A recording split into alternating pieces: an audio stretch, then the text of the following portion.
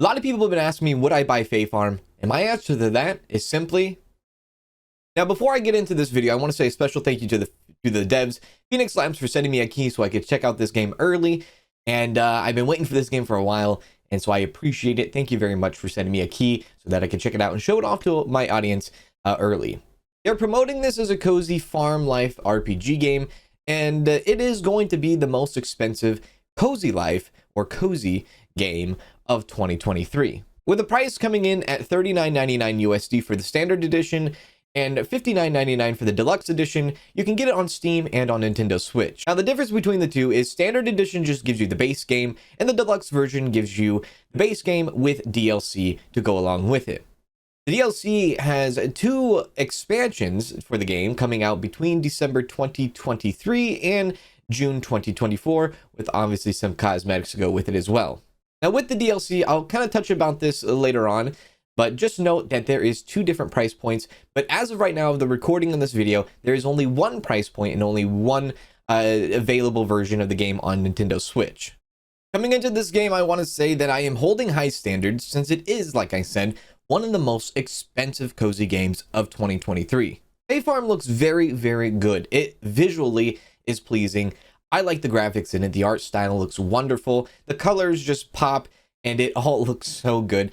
Even the cutscenes look fantastic. I love what they did with the cutscenes. It looks great. With the sound and music in the game, sound effects in the game sound really good and sound really rewarding. The music in the game is probably my favorite part about Fae Farm.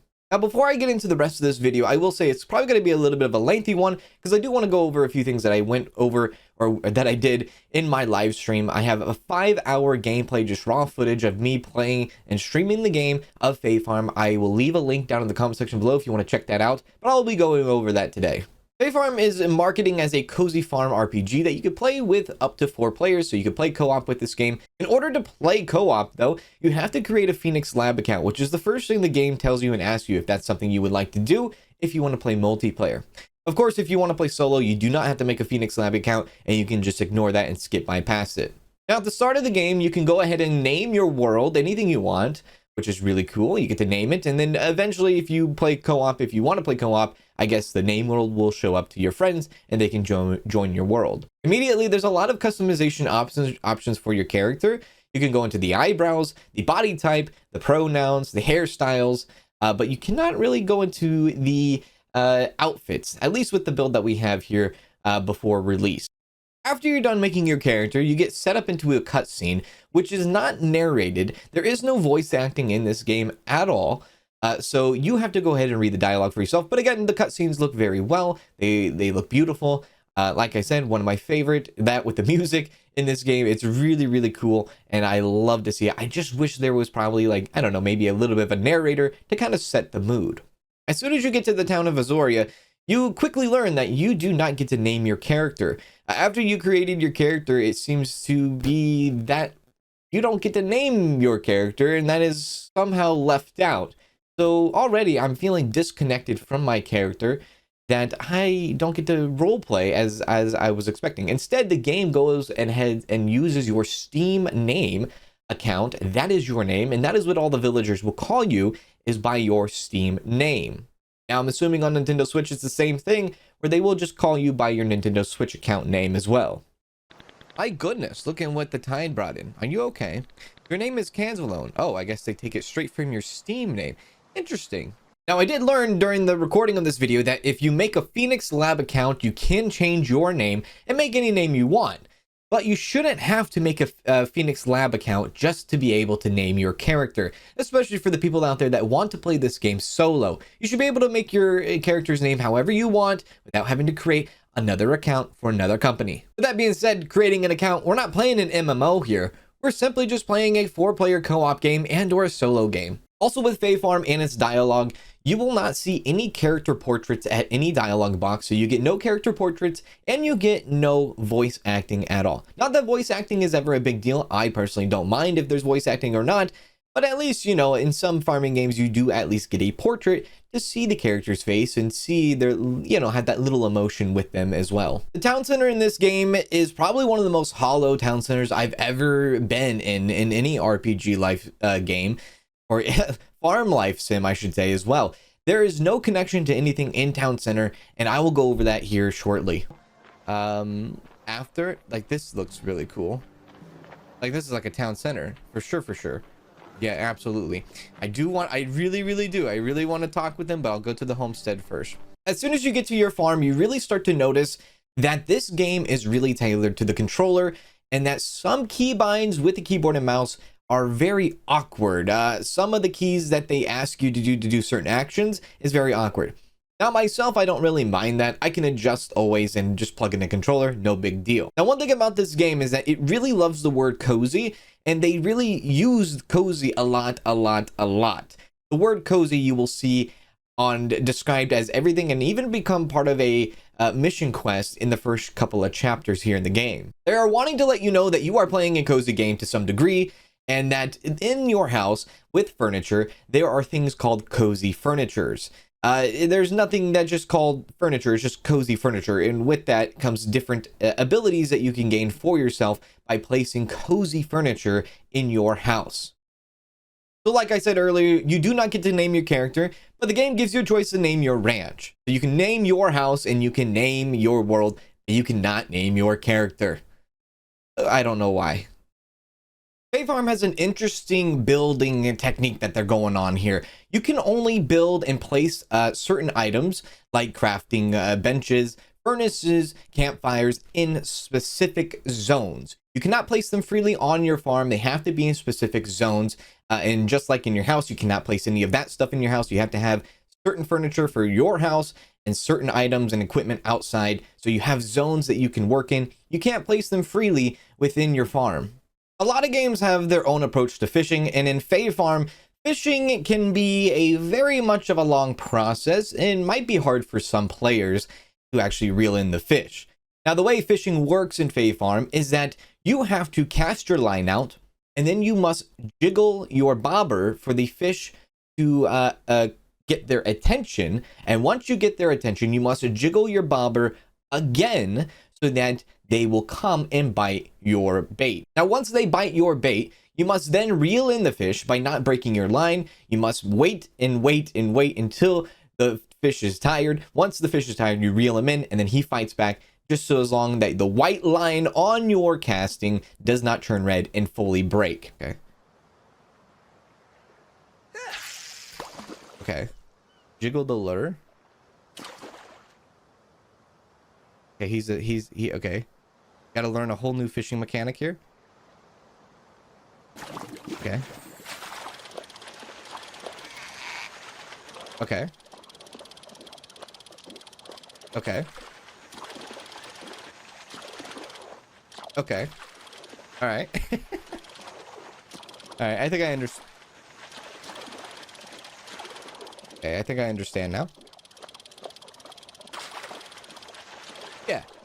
Now, Fae Farm does have an accessibility option here, which we did test out, and it didn't seem to change anything at all. So there is another fish here. Let's see if we switch it real quick. Let's see.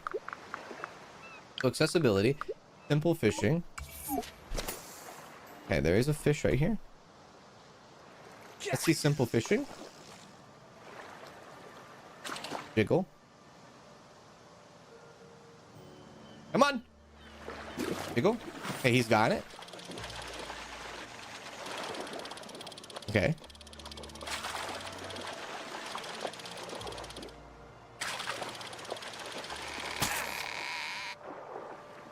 Okay, I don't think there was a difference there. I don't think there was a difference there.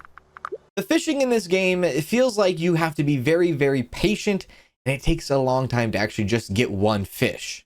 Fae Farm has gotten rid of one of the traditional things in these farming life games, and that is a shipping bin of some sort. Instead, in Fae Farm, you are given the option to go ahead and go to the market, which is the town square, fill up 4 tables of objects or produce or rare gems or anything that you have, junk that you have laying around, so that you can sell to make some money. The only problem is that they've gone a different route with this, and that a table only holds 8 items. Not 8 stackable items, but literally 8 individual items that you can sell in the town square.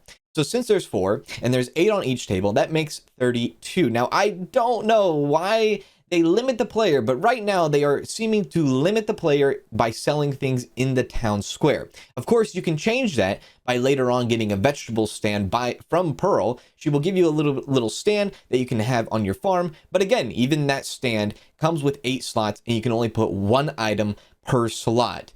So it feels like the game is limiting the player for some reason on how much money you can make in Fae Farm. Maybe for right now. What is it? There's 1, 2, 3. There's 4 tables, and you can set only 8 singular items. You can't put like a stack of sand dollars.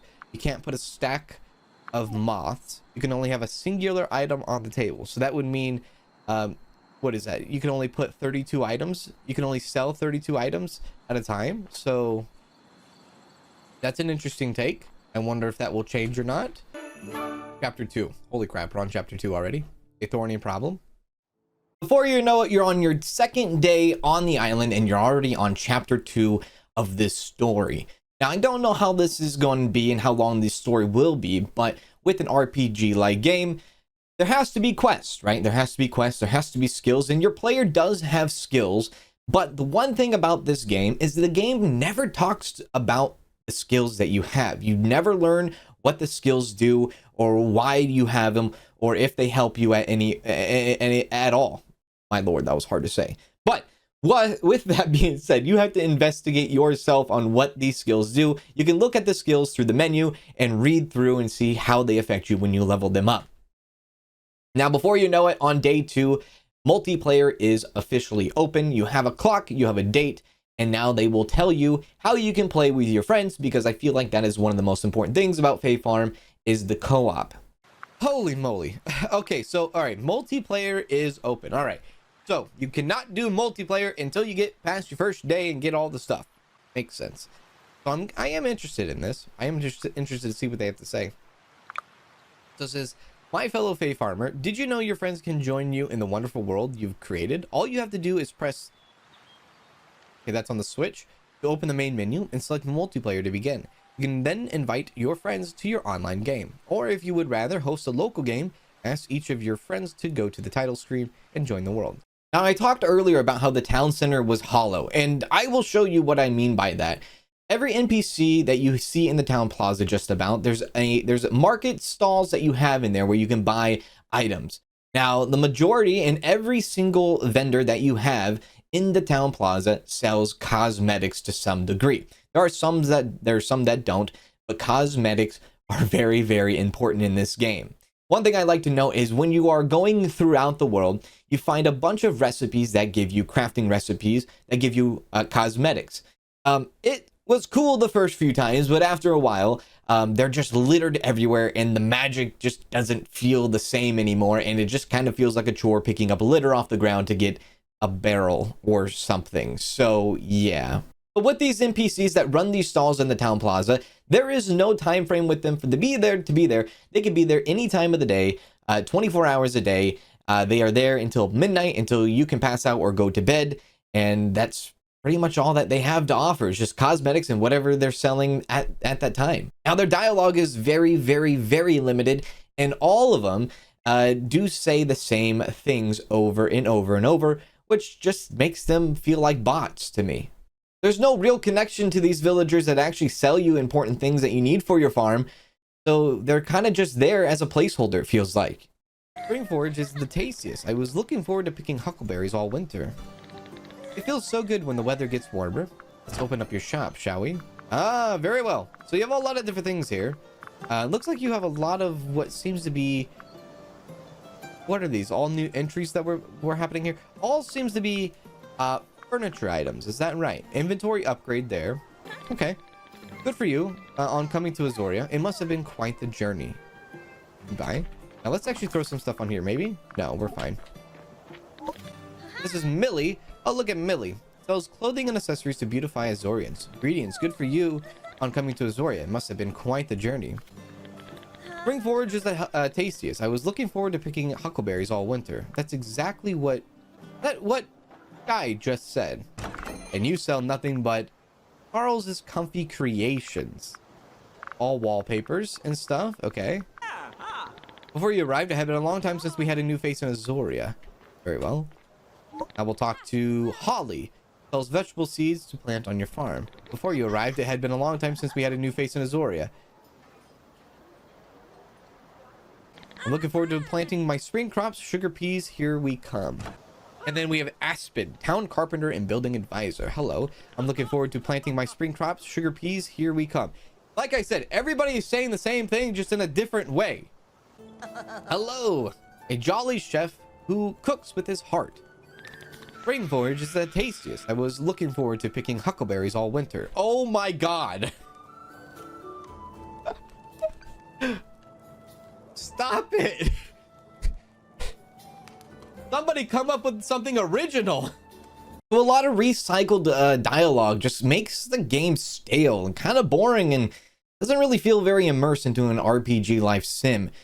On top of that, you have dialogue that doesn't really make sense sometimes, and you have spelling errors through some of the important cutscenes of the entire game. Howdy, I chose Azoria to retire to because to wait.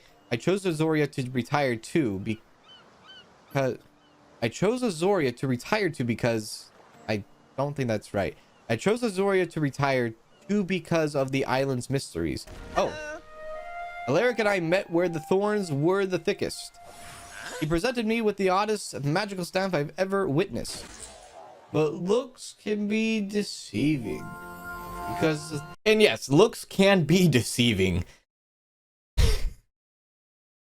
Eventually you will get a wand, and the wand will be able to take out the purple thorns that seem to be affecting Azoria in some type of way, blocking off areas that you cannot access until you further progress the story. Very similar, if you ask me. The purple thorns is something that you would probably see in Disney Dreamlight Valley. Of course, some of these thorns were also a little bit bugged, and you couldn't actually take them out when you should have been able to. Here we are. Spooky Woods. Okay, this thorn is unbreakable. That's all right. That one's not. Is this one bugged out?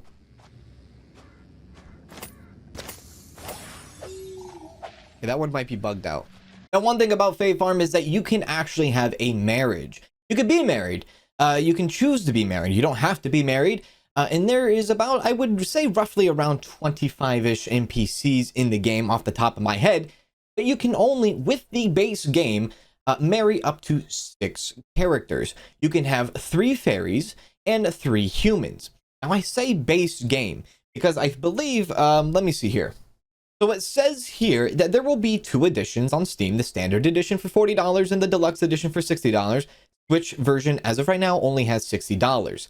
Now, the deluxe will come with an official soundtrack of the game and 2 expansions set to release between December 2023 and June 2024.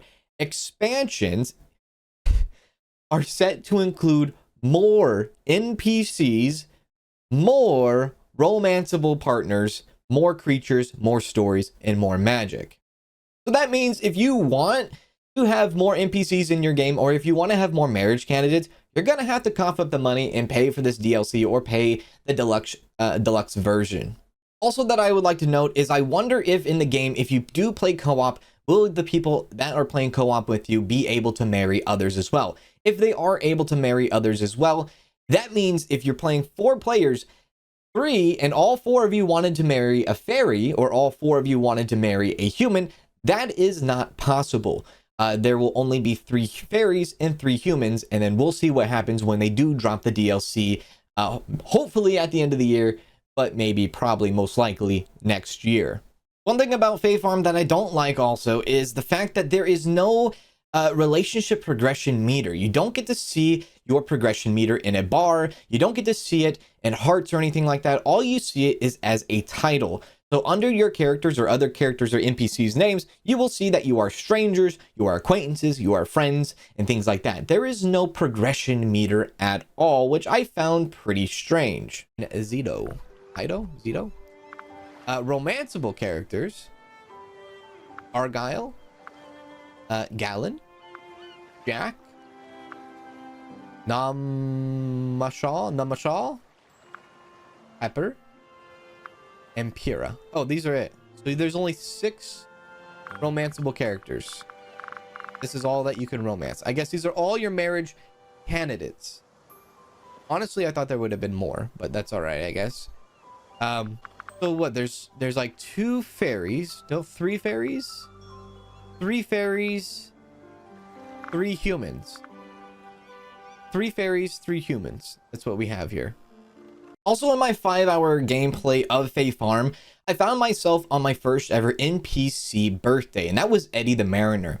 I tried real hard to remember that it was his birthday, and I really did actually get a gift for him and all that. But for some reason, you cannot give gifts to any of the NPCs. There was no option in giving him a gift for his birthday, so I kind of just talked to him that day and didn't do anything at all. So as far as I play, and you can see for the 5-hour stream, like I said, link down below in the comment section, you can see for yourself that we tried. There was no way of giving a gift to any of the villagers. Now, some say that you can give gifts through the mailbox, and that was the one way to do gifts, but why? Why can't I just go up personally to somebody and just give them a gift instead? I feel like Fae Farm also puts farming to a back seat in some kind of way. It's a very easy farming technique game. It's super easy. All you got to do is click and point. It's very similar to Wildflowers, in where you don't have to pull out your tool out of a hotbar. You just click and use an axe, click and use a water can, click and use whatever you're using at that time, a bug net, fishing rod, and so be it. You don't have to cycle through a hotbar at all to use your tools. Now, why do I say farming is a backseat? Well, I feel like it's a backseat because when I experienced talking to the seed vendor, every single seed that they were selling was for every single season. There was no strategy put into the seasons at all, for at least the seeds that we were given, and that every seed that was available to us early on was already available for every single season. Any season, plant in any season. So far, all of these vegetable seeds, doesn't matter when you grow them, they're all the same. So you don't have to worry, I guess, about seasons with crops. At least with these starting vegetables, or all 6 of these vegetables, you plant them in any season. Now that kind of makes it feel a little boring. I wonder if there will be more seeds in the future, probably in different chapters of the game, but you have to get to those chapters in the game, and you cannot be freely walking around and planning out your farm going into the future seasons. Instead, just plant whatever you get, and that's it. You don't have to worry about anything else. Another reason I think farming takes a backseat a bit is because they limit you, like we talked about at the market stand. You can only put 1 item. So if you were to grow 20 turnips, you can only place 20 at a time. If you were to grow 70, it's going to take you a little bit of time to actually, it's going to take you a couple of days to sell your entire stack of 70 crops, 70 turnips. Dungeon crawling in this game is basically your mine shaft. You go in and you look for resources, but then you also open doors to get you to certain levels of the mine shaft, or whatever they're calling. I think they call it the saltwater mine. One thing I tested as well is the midnight feature. When you do pass out, like in most of these farm games, when you pass out in most of these farm games, you get penalized for that, and you do not you do not want to do that. In this game, however, it is very forgiving, and there's not really a point to really panic on when the clock strikes midnight.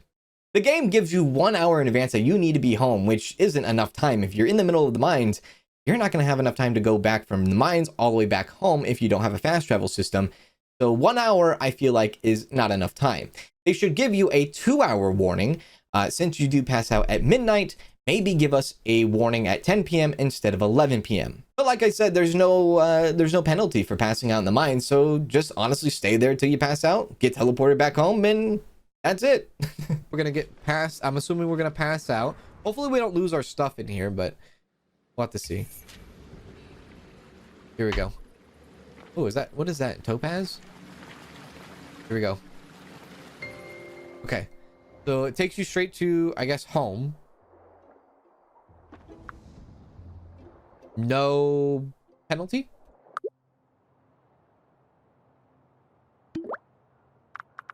Yeah, no penalty. So I guess just stay here until the end of the day. Now, in most games like Stardew Valley, Coral Island, and many other games, you get to have what is called like checkpoints. So when you get to 1 through level 5, at level 5, you get a checkpoint where you can automatically go ahead and teleport to that anytime you want. And they do it by increments of 5, whether it's like you get there to 5, boom, checkpoint 10, checkpoint 15, checkpoint, or sometimes they do it in increments of 10. If you get to level 10, boom, checkpoint, you can teleport there at any time. You don't have to do anything else. But in Fae Farm, it's a little bit different. It's a little bit grindier in the beginning, and it's a little just tedious, I have to say. So in Fae Farm, you have to keep open every single floor. What that means is there's doors on every level, and when you find the buttons to open the door, you must then seal every single door you find. Now, to get the seals, you have to get resources from the mine, head back to your farm, and create or craft these seals. Now, there is a lot of seals, probably up to 15 to 20 different types of seals that you can use throughout the world, whether you're using them for waypoints for teleportation or you're keeping doors open at the mine shaft. Now, after level 10 to 15, there's so many different seals that you're going to need. And what happens is the higher tier seals take the lower tier seals. So you have to have the lower tier seals to open some doors, and then eventually you'll have to have those to make an upgraded seal, and then so on and so forth. Which, again, it was just very, very tedious and a lot of back and forth and back and forth. And before you know it, you're looking at a giant list of seals that all look very similar, and you get very confused on whether or not do you have this seal or not. You have to go in through your inventory and just inventory sort the entire thing and just constantly think, do I have the right seal for this, and write it down and remember it. I was not a big fan of this dungeon crawl at all. Now, coming into this game, I really expected more out of Fae Farm, at least for the first 5 hours of a game. I know 5 hours isn't a lot of a game, and there's probably a lot of story to unfold. But how I feel now, and even playing a little bit offline to see if I might have missed something online when I was streaming, I just don't have any desire. I don't have any desire to go back to Fae Farm. I don't have any motivation to go back to Fae Farm. It's kind of a feeling of a lifeless world, an empty world. That, you know, I don't know. The dialogue is not there. The characters are not interesting. They don't have really emotions at all. They seem very robotic, and you're very limited. Your player is limited to doing certain things here in Fae Farm. Now, again, like I said, this is going to be the most expensive cozy game of 2023, and I was going to be very honest with all of y'all, because I don't usually make these videos here on the channel, but since it's a $48 to $60 game, that's quite a bit of money, asking quite a bit of money. The last farming sim type $60 game that we had that came from a AAA studio was Harvestella. So if you compared this game to Harvestella, would you, could you, maybe, I don't know.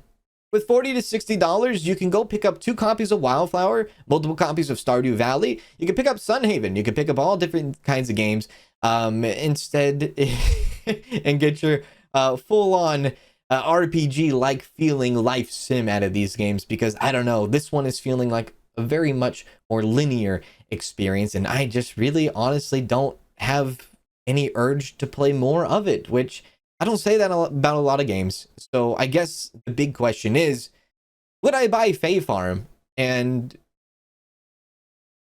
that answer is simply no. I don't think I would buy Fae Farm. Yeah, that's a question for me to answer and for you to listen, I guess. I don't know. I'm not here to change anybody's mind. If you are very excited for Fae Farm, absolutely be excited for it. And I hope you have a wonderful time playing it. It was just not one for me, unfortunately.